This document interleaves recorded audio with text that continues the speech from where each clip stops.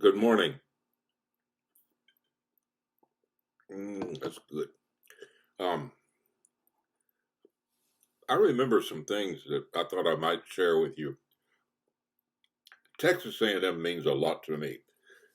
I finished a master's degree finally there after 16 years of fiddling around with a thesis. I majored in public school administration with a specialization in public relations. I believe I was the first male in the history of universities to ever receive a master's degree with that particular specialization, 1969. I was teaching in Bryan, choral music in Lamar and SFA, and working part-time for Harry Gillum at Channel 3. And on the staff, we had Troy Dungan and Bob Huffaker, Bill Arhos, and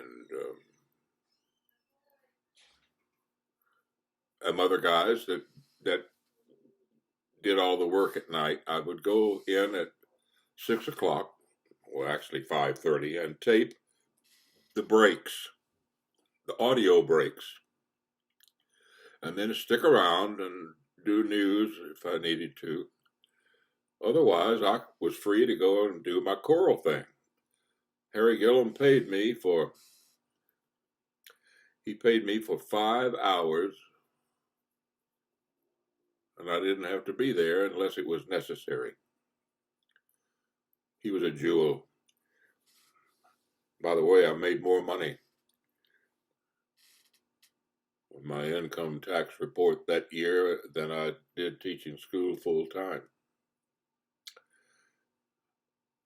Anyway, we used to go out to Square Lake and frog gig.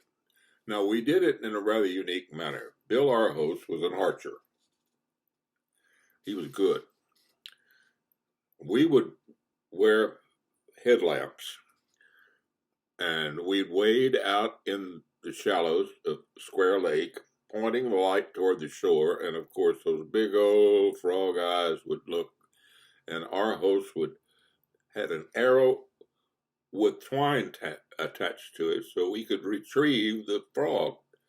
Shoop, gig 'em, pull that frog in. We had a tow sack, we'd drop them in. And we'd get a mess of frog legs. And Troy and Bob and what was his name? Earl Greathouse also. And Phil Hammond went with us once. Would wade. Now, they were not prepared with waders. We would have waders because we knew what we were going to do. So we'd roll up our pants legs, put on our waders, boots, and walk in the shallows, shining the light toward the shore, and our host would put that dart right through us. And hence, I know those guys ruined a bunch of shoes. So we'd go to my house and we'd prepare the frog legs, wrap them in cornmeal, and put them in the freezer or the fridge. And Marilyn would cook them for Sunday dinner. And they were good. We did that about 3 times a week. We'd wrap up television, jump in our cars, and off we'd go to Square Lake. Anybody who wanted to go along was invited. And after we prepared the frog legs, it would be around midnight. Marilyn would prepare Sara Lee popovers. Oh, I don't even know if they're still around, but they were good. So we'd drink decaf coffee and eat popovers at my house. Troy Dungan, Bill, our host, Bob Huffaker, Earl sometimes, Phil once.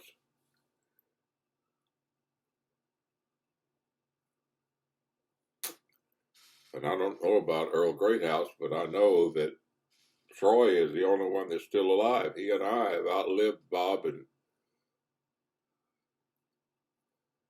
Billy.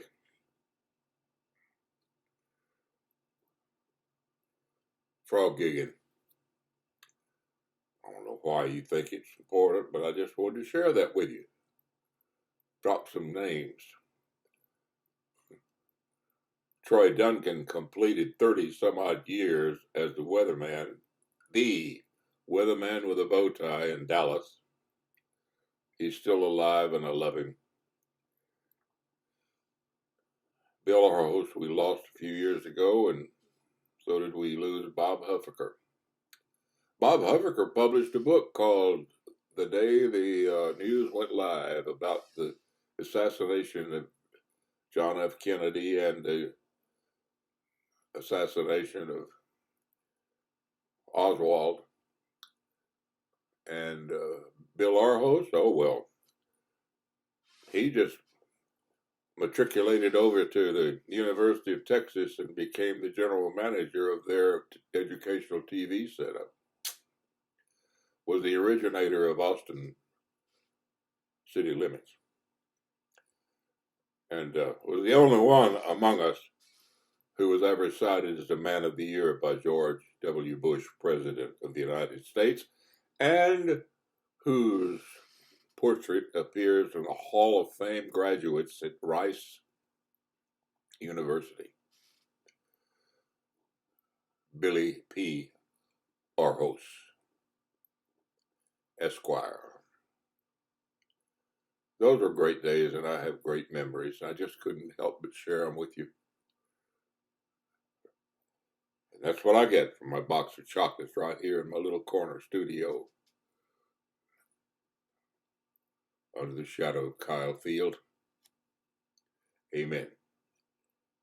Gig 'em.